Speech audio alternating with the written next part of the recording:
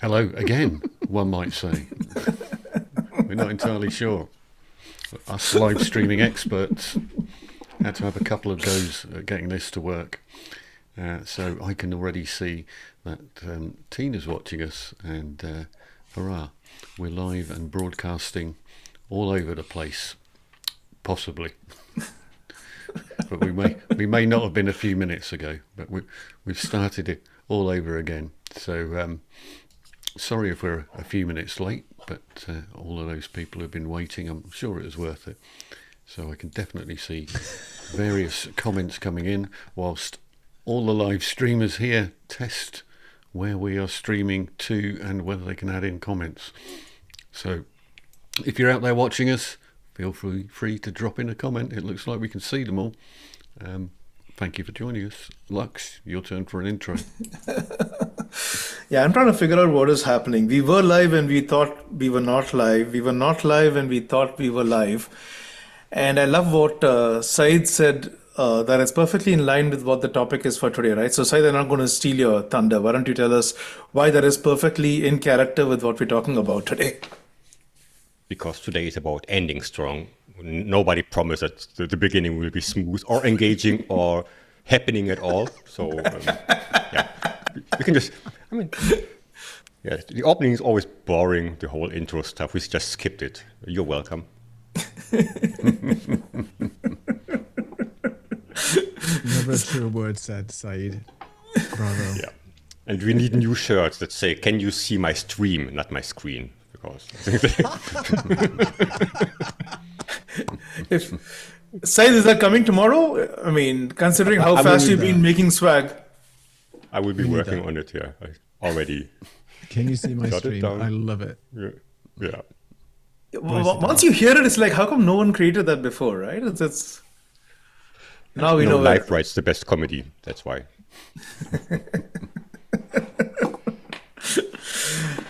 Nah, this is fantastic. I got a message from someone saying, "Do you know you're live?" And that honest answer is no. We did not know we were live a little while back, but here we are, teething troubles later. So thank you for joining us. And once again, I'm Laks Narayan, co-founder at StreamAlive.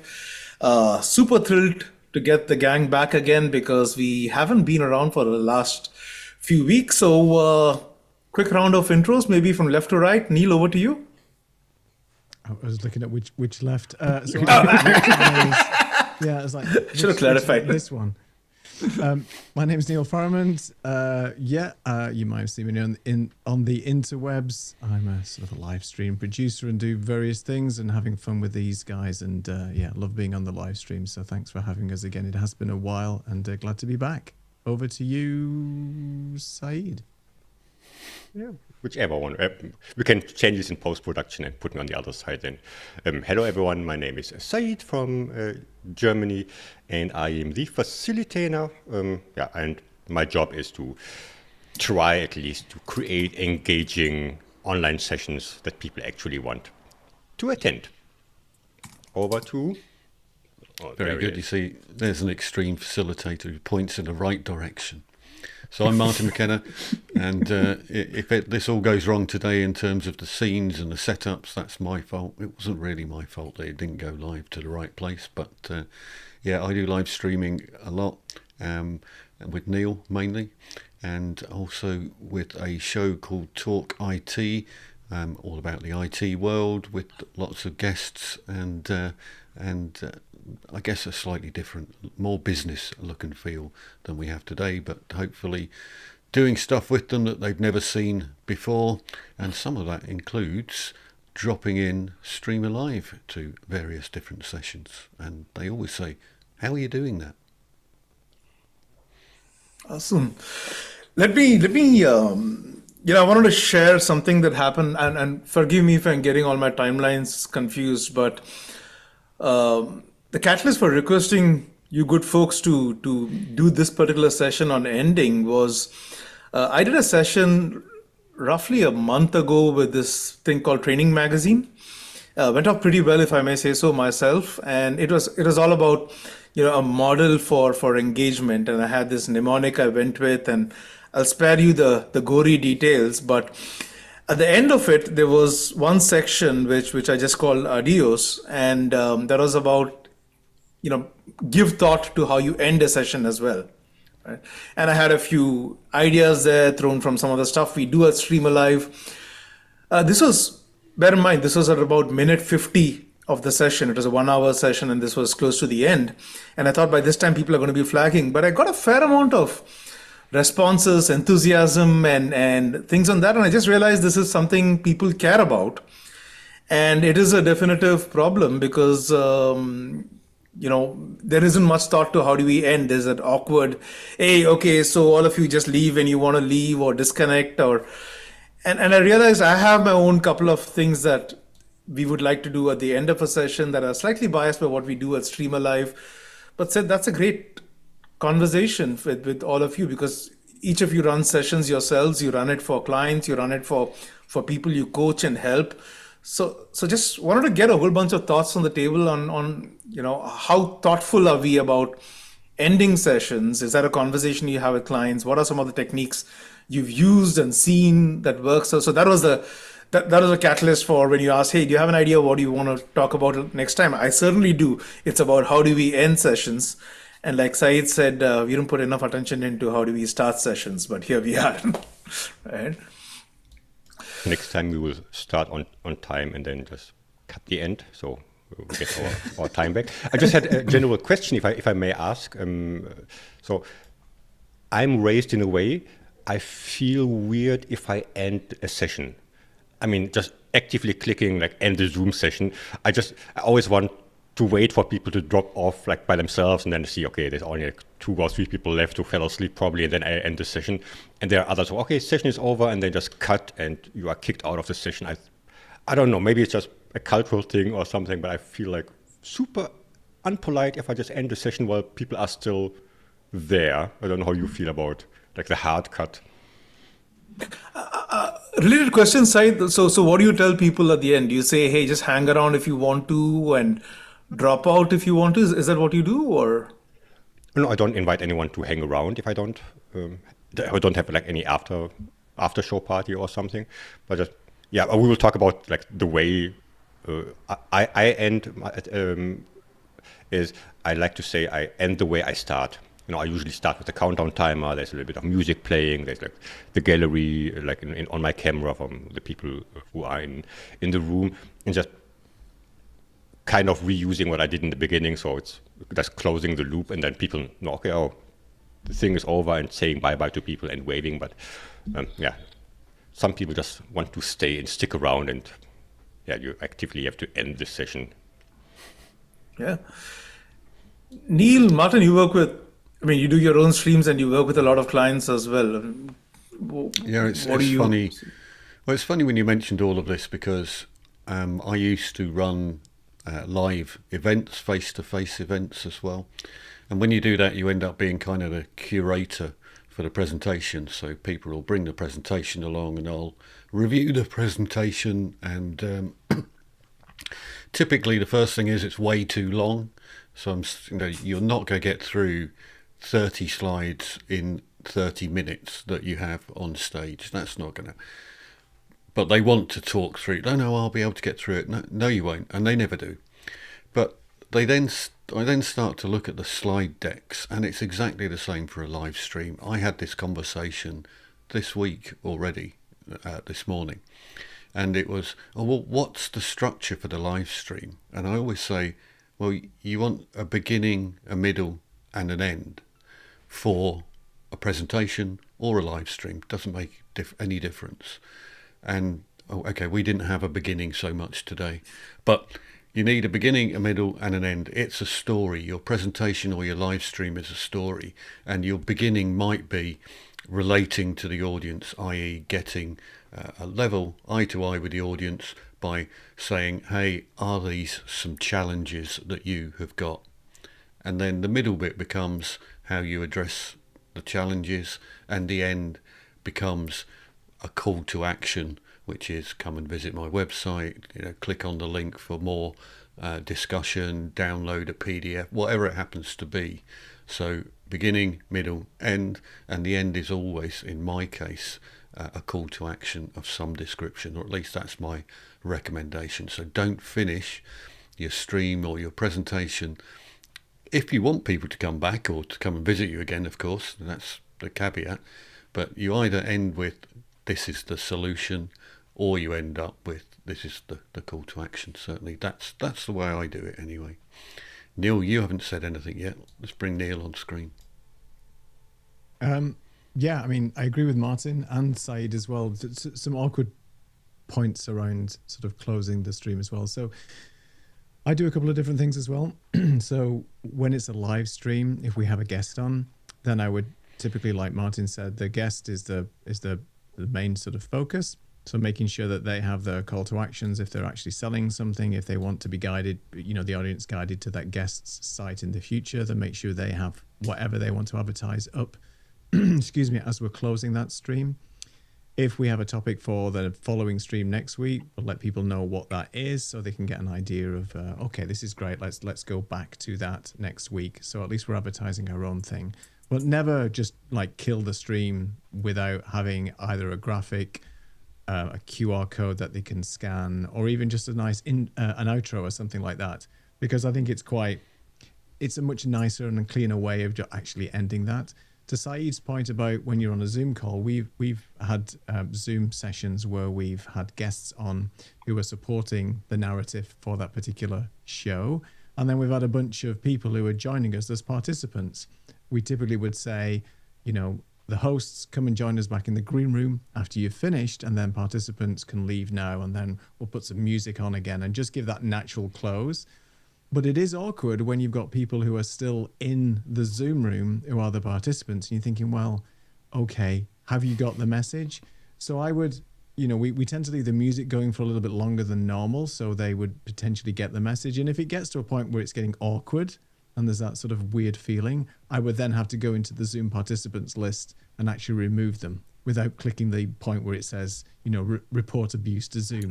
We don't want that. So to Saeed's, I think Saeed's got a point to that. But that's the way I would do it. But Saeed, yeah, please, what's your thoughts? Please don't, just a quick thought, please don't do that. Like removing people from your Zoom session can cause that they cannot rejoin, like even for another session sometimes. Or you put them back in the waiting room. And that's the way you do it. Right. And, they can still listen to music or whatever your call to action there is. Yeah. But yeah, I did this, and then people could not rejoin my next session, which was super. Or maybe I had this little thing on, but just to be sure, always send them back to the waiting room if you have one. That's a good point. And from there, I think that's a super tip, actually. Yeah. Sorry, go on, Neil. It is good practice because a lot of people don't have waiting rooms. So people come straight into the Zoom session. So I think it is good practice to have a waiting room and have something there that they can actually have in that call to action, or you can actually message the waiting room as well. So you can just have a natural close and saying, we're finished for the day. If you just want to sign out, that'd be great. But that's a good point, though. I never realized that some people potentially can't rejoin, especially if you've just locked them out and then they're coming into a new session straight after. So good tips, Saeed. Yeah, it's such a tiny check mark. You can miss it easily. I wanted to add the one thing I teach when I do my facilitation trainings or OBS and how you set up the scenes and stuff. Now you should always have something for the end, which is more like a template. Let's call it the outro scene or the call to action scene or whatever. And my recommendation is, even if you are running out of time. If you look on the clocks, okay, I have 5 minutes to go, switch to that scene that already has a QR code. You can still keep talking. You can still stick to whatever the last topic is or wrap up, but people who may have to drop off at the top of the hour at least have seen whatever the last message is, what the QR code is, or what the call to action is, or I don't know, whatever way you want to end your training or your workshop or whatever. But just, okay, switch to that scene early enough before people start to drop off, because one thing is also, we have back-to-back meetings, right, or back-to-back streams nowadays, which is a new thing. So people will try to leave 2 minutes before the top of the hour and then join the next thing 2 minutes late. So it's always a fight with time. So having this in mind that people will be dropping off in 5 minutes, 4 minutes, whatever the I find myself, so you talked about it, and Martin also, I find myself often, oh my God, I didn't have any call to action. I mean, this was the whole point of this session I did, and I didn't tell people anything they can buy, not even what my name is, like in the beginning, because I tried to save time. Oh, skip the intro, skip the outro, and then it's just a free lesson for everyone.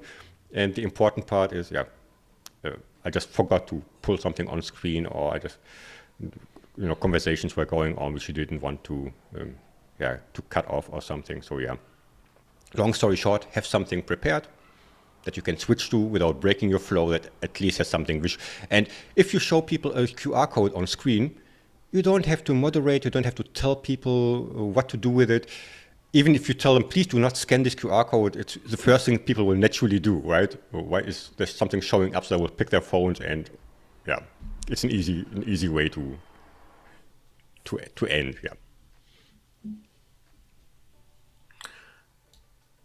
Gosh, this wasn't that's a nice thing about these streams, right? You don't know which direction it's going to go in. But I actually want to live pick your opinion based on some of the things you're saying, because someone just said, thanks guys, some usually really useful points. I mean, absolutely, because for me, one big takeaway was, even if I'm doing a meeting which has a password protected link, I usually have a lot of my links without even a password protection. I just enable a waiting room and let people in. But if I hear you guys right, even in that case, I should enable a waiting room, so I have the ability to move people to that waiting room based on what you just said. So enable a waiting room by default for all sessions, and don't remove people from the session, move them into the waiting room. I think those two tips in themselves are gold. Martin mentioned CTAs, and Syed, you reiterated that as well. As I'm hearing you, I'm actually rethinking a feature that we're announcing very, very soon. And at the right time, I want to show my screen and just show you guys to pick your brains on, hey, maybe you should make this a little better. And Syed, yes, someone just commented about the best way to get someone not to do something is to say, don't do it. To do it. Cool. Sorry, Martin, did I cut you off? You were about to say something. No, did you want to share your screen now? Just let me know and I can flick to the appropriate screen. Okay, let me, because I want to have, this is gold. I want to pick your brains on something. Let me share my screen here. Do you want us to see your screen? We're making this very complicated for me. It's too long for a share. Are you sure you want me to see it? Yes. Nothing like preparation, and this is nothing like preparation. But there you go. This, by the way, is that slide I was mentioning, the one from the training magazine thing, where in the flow of what I was talking about, I just run a quiz and I was just picking people's brains on, do you think a quiz is a great way to end it? Because there's always a high that comes from the leaderboard that you reveal at the end of a quiz, and it's good to end off that, or a leaderboard or a wheel to spin and find someone, some form of celebration, right? So just switching tracks here. You folks have seen this, but for those who are new to it, this is a StreamAlive screen that shows, it's called Fantastic Fans. It shows a list of everybody who participated in a session based on the number of comments that they put out there. Fun fact, this is actually our UAT, user acceptance testing server, simulating people. So this is what we use for stress testing StreamAlive. Whole bunch of folks answering in a compressed period of time to see how it handles it. But in that simulated universe, these are the people who've answered it over here. And we just figured it still doesn't solve the problem. I mean, it's nice to say, hey, the person who commented the most gets something or whatever. But that end moment, we riffed on this earlier. Here is what we've coming up with. It's a new feature called end credits, inspired, of course, by Star Wars. And we have, I think, too many labels here. There's a initial label, what comes up later, and then, of course, the names of people. Let me play it, and then I have a couple of questions for you folks. Yeah, gonna play it here. And I will reduce my volume because it's too loud when I play the sound. So, Martin, I'm giving you enough advance notice of my very loud volume at my end that I'm going to play it now and unmute it. So let's reduce volume. Good.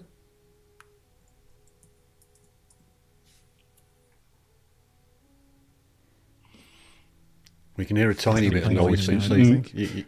I know we were deafened before, but you can turn it up a little bit. Yeah, we can't hear it now. Lux, sorry. Yeah. And So just heads up, since I've reduced volume all over, I can't hear you either, but yes. No, we can't hear the audio. Sorry. Sorry, you said you don't hear the sound? No, we don't hear the sound now. What else will... you can imagine You it. Or You can imagine sound. it. Let's- If you, How about There now? it is. You good? yeah, Now we definitely hear it. And I had reduced the sound all the way down, so I didn't hear you telling me you can't hear the sound. This is like a comedy show today.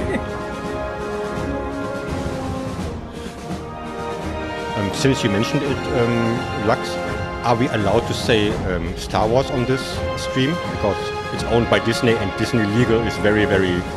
They're watching, probably. As in, are we allowed to comment saying it's like Star Wars? I'm not sure. I think Disney Legal know that they are Disney. They are watching, and Yeah. you will get some angry letters. It's based on a space franchise. Let's It's based on a space franchise, correct? it could be Spaceballs, just to mention. Oh, It yes. started in 1977.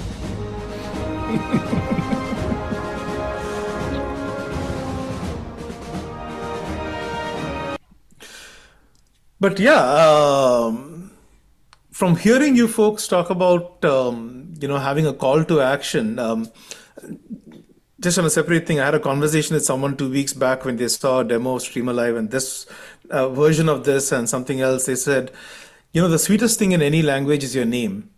And people love to. I mean, this is basically saying, hey, we all co-produce the show. We hear all the things that happen, acknowledging everybody who helped you make it a great conversation, right? So, what do you think about if you had that call to action, whatever? If you have that as a sticky banner or something that stays through the entire thing, because the initial text disappears. Do you think there's a case for having a piece of text that stays there? Because, and first, multiple questions here. First, what do you folks think of this as a way to end a session? Is that something you might use in sessions? Second, do you think we should have a sticky banner there based on what you said that puts the call to action? Because then people are hopefully looking out for their own name, smiling as this comes through, and they're seeing the call to action. Should we include the ability to put a QR code in there as well? If my dev team is looking at this, they're not going to be very pleased with all the last minute additions, but you get the idea.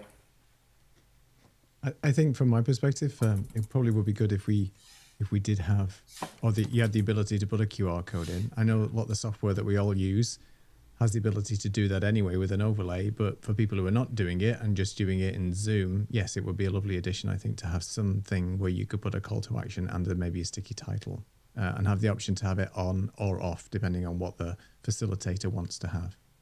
And And is it just me, or is Neil very soft to everyone? Oh. Sounds okay to me.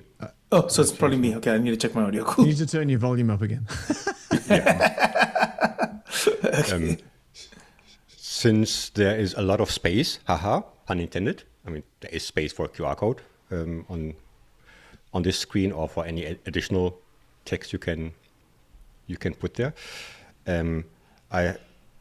One quick thought, because I said, what was the saying? The sweetest thing you can hear is like your own name, and not if people mispronounce it, like mine. So if it's in written form, it's fine. If somebody actually says it live on stream or rather not, just that works for me too. But I think it is a nice thing to see your own name, and just as.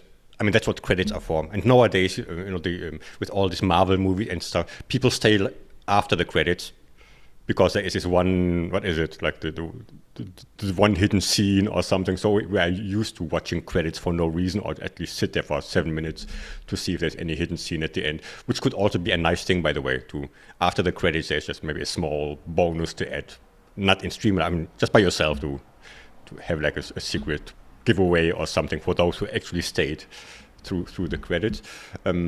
One small thing that from what I saw on your screen is the numbers. I personally wouldn't show them. And I think they were even ranked, like I think the numbers are the number of comments, right? It was not the age. Okay. So I wouldn't show them because ranking people in a session, it just has, just a feeling. It's the same with the top comment. What is it called? The other one. The top fantastic commenters. fans, yeah. Yeah, the fantastic fans. I usually don't show it because there are reasons why people commented more than others. It doesn't have to mean it was good. Some people are just, I don't know, talkative, or some people just spam somewhere and then being the number one or getting highlighted, or others who didn't chat that much but maybe had their input like verbally wouldn't be shown, or are at the end and have the number like 1 or 2 behind them. I don't know. So just saying, always treating these numbers with caution. So are you saying it's okay we have to have some pecking order, so might as well have it with comments, but don't show the comments as a number there. Just, you don't have to explain the logic, just put it that way. Okay. Yeah, alphabetically works for everyone, so there is it's no particular order practically, but you don't need anything on top. Yeah, I don't think you need to rank anybody by the comments and things. And as Said said, people love to see their, own name potentially in lights. So, and if you've got a name that's way down the alphabet, you're going to be waiting. So you may have people just stay a bit longer. You never know. So it's just a good way of keeping them occupied and engaged. And it's a nice eye break as well for people at the end, especially if just people are signing off and things.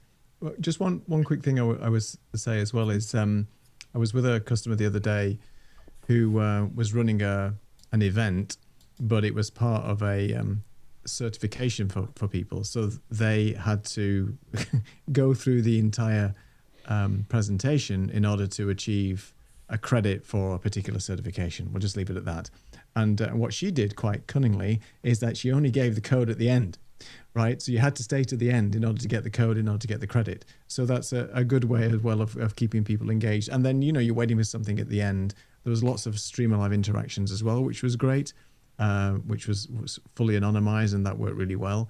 So again, just another way of sort of keeping the audience and having a way of closing. And that was where then she went into a quick call to action about what she does, her book and things like that.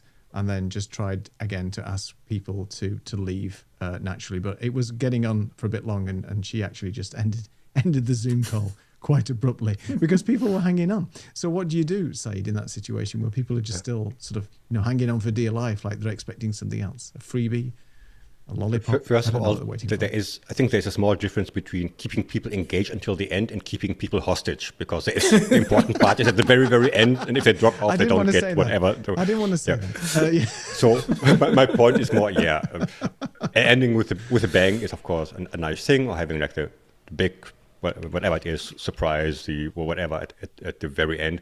But you should also care about the middle part, right? But that's a story for another. And of course, I end the meeting at some point. Right? I was just wondering. That's why I asked in the beginning, because it feels awkward to me. I tell people, okay, have a nice day, and you can drop off now, and and the music is playing, and even a countdown is running down, and then okay, 5, 4, 3, and then I usually cut, or I send people, as we said before, back into the into the waiting room, because if we facilitate with multiple people, we want to stay in the same room, but we don't want anybody else to be listening during our feedback round or whatever we do afterwards, or our decompression. So go ahead. Which brings me on to note takers, because you get to the end of the meeting and the note takers, they never leave, do they? So what do you do with all the note takers? Do they just get put back in the waiting room? I kick them out. I don't have like moral problems with actually reporting them. I mean, I don't care if I just kick them out, but it's of course more important to not let them in at the beginning. I think Zoom now shows you like a different message if it's a note taker who wants to join, or so-and-so's note taker wants to join. I don't know if it's for certain note takers or only for, I don't know, but you can filter them out there already to not even let them in.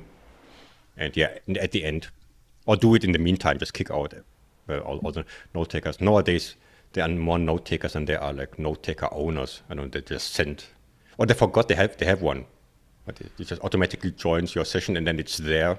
You have like 7 note takers and 2 real people, which is so also a story for another day.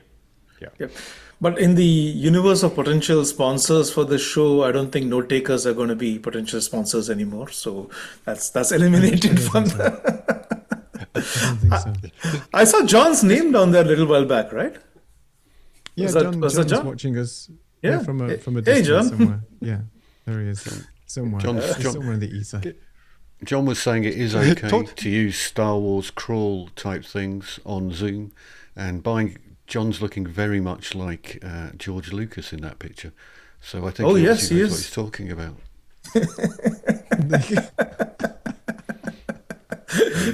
See, John, that's why you got to be here. Exactly. The voice. Just needs the voice in the background. That's all we need. No, not today's topic, but I will get back to that. That's a little side story. I don't know if you do this. Like in Zoom, I turn off non-video participants. In the gallery, you can just right-click and don't show me like just the usually I just have letters and other things, so I can look at real people, which is better for me to facilitate. Anyhow, what happened is I saw the other day one of the note takers. I think it's not the beaver, the other one. You know which one I mean. The other. I think they now have like real. It's like a camera that is on. So even if they turn off all of them, one of the note takers was still there because it kind of had something that simulates like a camera. So it was in the middle of the gallery. So I think is it super sneaky or is it just super intelligent? No. I don't know. I was just wondering why there is like I think it was an otter like in the middle of my gallery. Although I turned everything off. Oh, maybe they have a little sneaky feature put in there. I think he's just being obnoxious on purpose, Said. That's what it sounds like to me. Just to wind you up. Just for that point. Like, I'm going to be there, whether you like it or not. You are going to have to kick me out, or I'm going to be here present in your meeting. I think that's basically what it's saying. But BTT for the older generation. Back to topic. Also for the ending. Especially if you do like sessions that involve learning. If you do training, it's a workshop or something like this. I think also ending with a prompt where people can engage for a last time. Something very simple like, what's your number one takeaway from today's session? It's one thing you want to apply after. What was the favorite? Well, I don't know. It can be a word cloud or anything else, or just type it in the chat without any additional tools. I think that helps for everyone to get active again before they leave the session and being aware of or actually learn something. Because if you don't tell people that they learned something, they will forget. You have to, right? You think, okay, this was like a 1 hour lesson. Of course, everybody learned something. But if you don't actively record it, I learned these are the 3 things I actually learned today, and these are the 2 things, or the 1 thing I actually want to apply. These stick after this session. If it's just 1 hour of, just you talking or doing one-to-many, it's harder for the learning to stick. Long story short, just ask them what's the 1 thing they take away from today's session or today's live stream, and this is also a really nice way to end. I think that's a very powerful thing, Said, and I don't put as much thought into it as I should have when I did this session. I accidentally discovered what you said because I'd done a session and I was talking about ways to close, and I had some ideas, and I was saying, hey, what is 1 thing you've taken from today's session that you might implement in your training going forward? And I realized that, of course, the core message and the mnemonic that I shared, a lot of people shared those things, but there were little adjacent things that I didn't think deserved a main stage that people picked up on and put in that chat. And 2 things happened there. One is I got feedback on what resonated with people.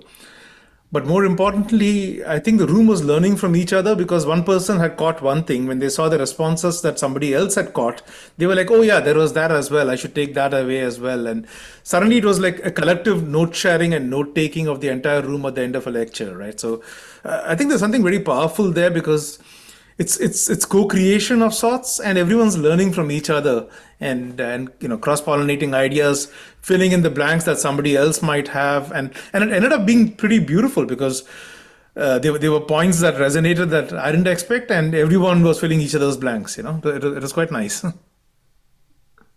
I think one thing that Martin's mentioned to me before, and we've done on our live shows, is we've asked the audience what they would like to see next. If we didn't cover a certain particular topic or something that wasn't answered, then just get some feedback from the audience, because that drives the next piece of content that could potentially help people who haven't, identified anything in that stream that we've done. So I think that's another way. Ask the audience, back to Saeed's point, leave them with a question, whether that question is, what would you like to see next, or something like that, is a really good idea. I think that works. Yes, I agree, but that works only if you care about what the responses are. If they give you like 12 ideas what they want to watch next, but I already have my schedule, I don't really care, then they will do it once or twice, and then it's the opposite effect. So yeah, if you ask people, then I think we had this like a month ago or so, talking about questions, right? During the session. Careful what you wish for, I guess. Or exactly. So yeah, if you only act on what you're prepared to receive, right? Yeah, worse still, you say, hey, what do you want to watch next? And you hear Ted Lasso or something on this chat. Even if it's that type of thing. Even if it's serious, even if it's like a really valid point, but if you're not willing to actually listen to them, or you just ask for the sake of asking a question, then that's maybe not the best way. But of course, I know, Neil, if you ask the question, you will do something with it. Just more general advice. But actually, that's a good point you bring up, though, because with StreamAlive, for example, you could just give them 3 choices. And in a poll, you can say, we're going to cover this next in the topic in our live shows. Just pick one of these, then one that gets the most votes, we'll do next. So that's an easier way than one thing you're actually prepared to do, something you may have scheduled for as well. That makes sense. That makes sense. Actually, only about the order of what is next. If you have 3 topics, we'll do them all, but which one do you want to hear first, right? Or watch first next time? So, question here, because I genuinely care about the answer, because it determines whether we want to build this out or not. You folks have seen the feature we have, right? Where linked library, it's called. It's not got too much of love in recent times, but put a link out in the chat, and then it's going to curate all those links. The 2 most interesting ways in which I've seen it used were one CEO who did it for one of his all hands, and someone who did it for their onboarding of new hires, where they asked people about a book that changed their life, or something that they read in the last quarter, or a book that has been pretty instrumental for them in various ways. So everybody shares the URL of an Amazon book. And StreamAlive picks that up and curates a list of a whole bunch of books. And they then asked us, hey, this is cool, but it's very dry and boring. Can you make this look like a bookshelf with the covers of the books? And answer is yes, we could go and pick it up and pull it. But we weren't sure if we were building this for an audience of 1. Right? And we had somebody else who said they were doing a similar thing with the Spotify feature, where they would ask people to share a song that they love, or if it's a room of facilitators, what is a song that you use in the beginning to pump up the volume? And then you've got 40 songs that people have shared, and then they came back to us and said, can I press a button and create an automatic playlist out of this? And there again, it's technically possible, I think. Anyone from our dev team looking at this is going to be shaking their head vigorously. But, it's a fun feature to build. But what keeps eating at me is, are we building this for an audience of 1 or 2? Or how much do people use it? And if it is there, will more people use it?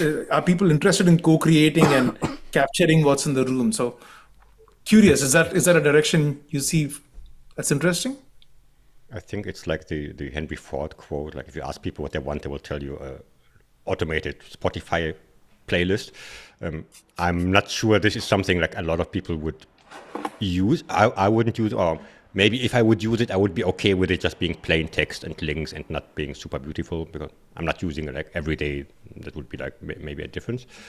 This is the same for the Amazon books. And then what about games? Right? What about TV shows and other things would have like the same concept? But I think one of the questions that is like more common, or at least in my space, when we do like Zoom meetings, like with like more publicly where people don't know each other, at the end, share your LinkedIn like profile link if you want to connect with others. And if you send this out to people, so you don't have to, this is also like a way to end, right? Before you drop off, share your link, and we will send it out in the recap, the list of all the LinkedIn links, and you can go through them and connect. And it doesn't have to be LinkedIn, it can be like any other social media platform, but I think that's something that would be used more commonly. And there, I don't care how styled it is, as long as I can click the link and open it, that's fine. Oh, okay. So we had that feature, but I was under the assumption very few people use it because they wouldn't put their links in public. But obviously, that's not the case.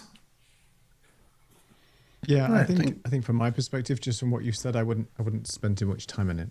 I would just keep it as it is. I think at the end of all of our shows, Neil is sitting there with a Stream Deck pre-prepared to drop in all of those links anyway. So all of the LinkedIn, the websites, the emails, whatever people have given us as they want as their contact details, we're then firing out to all of the locations we're live streaming to. So kind of that's already being done by Neil in our particular cases. But that's about a different use case from perhaps if there's lots of people wanting to network in the same room. So horses for courses, but that's the way we're doing it in the background. Is Neil has pre-programmed little Stream Deck, presses a button, and it will fire out to the various locations all of the pre-prepared links that we want to share. Curious, Martin, like Saeed mentioned, do you see the networking use case in any of your sessions as well? And I'm asking you specifically because you do sessions for IT professionals and different kinds of communities. Is there a desire to, hey, I would love to share my LinkedIn profile and be in touch with this is a like-minded community, right? I want to be in touch with everybody. Does that happen? Have you tried it? No. Just curious about. Okay. No. So the problem I think in LinkedIn land in general is that the people who are wanting to share their profiles are nearly always the salespeople or people looking for a job. So those are the two people who are suddenly going to dominate your live stream if you ask them to put their links in. It will be a whole load of recent graduates from India, and it will be a whole bunch of salespeople from North London or something. That's who's going to drop their contact details in, and a whole load of recruiters as well.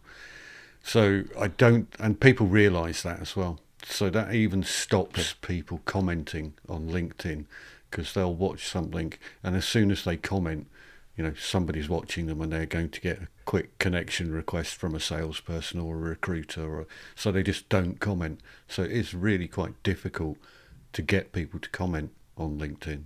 So, I don't think. Yeah. My point here was also more about like in meetings, not on live streams. I wouldn't ask people to share any link in a live stream, because you never know what it is. So even but I was talking more about like closed session, like a Zoom meeting, or if you do like a public training or anything else, or you have like a cohort or something. Hey, of course, people want to connect if they're in the same industry or have the same interests. And at least for me, we have different audiences, but for me, this is also something people also do automatically nowadays. They just share the LinkedIn link because it's the most common platform for most people, without being asked, hey, if you want to connect them. If you make it a prompt, makes sense. Send it out afterwards as a list would be maybe even nicer, right? Right. Very cool. So, yeah, actually, that would be for closed sessions. Yeah. So just as a timekeeping thing, we are coming to the top of the hour here. Lux, you should be finishing strong now with a call to action or something else. so being as you mentioned it, what's your strong finish? I'm going to steal something that Neil said. Hey, what do you want to see next time around? Put it in the chat and we'll do that. Yes, with that expression as well, absolutely. But I was actually hoping to riff with you folks on a couple of ideas for next time, but hey, we will move that offline to at least finish on time, so we'll get one thing right. Yeah, we can talk about it after this if you want. Absolutely. Yeah. But for today, what we're going to say is join us next week. where we'll be talking about something else. See you Absolutely. then. Equally as fun. Yes. And you don't have to be on time. On time. Maybe Possibly. we won't be. I won't be here anyway, so don't. That's all right. I'll be running the show, so we will start on time, but we won't finish strong. How about that? And, Okay. everyone, please make also- sure to follow the guys wherever you are watching right Yeah. now. Press the smash the follow button and the like button and all the other buttons. Depending where you are. There's no Yeah. beginning to this man's talent. See you later. Thank you. Cheerio. That's how.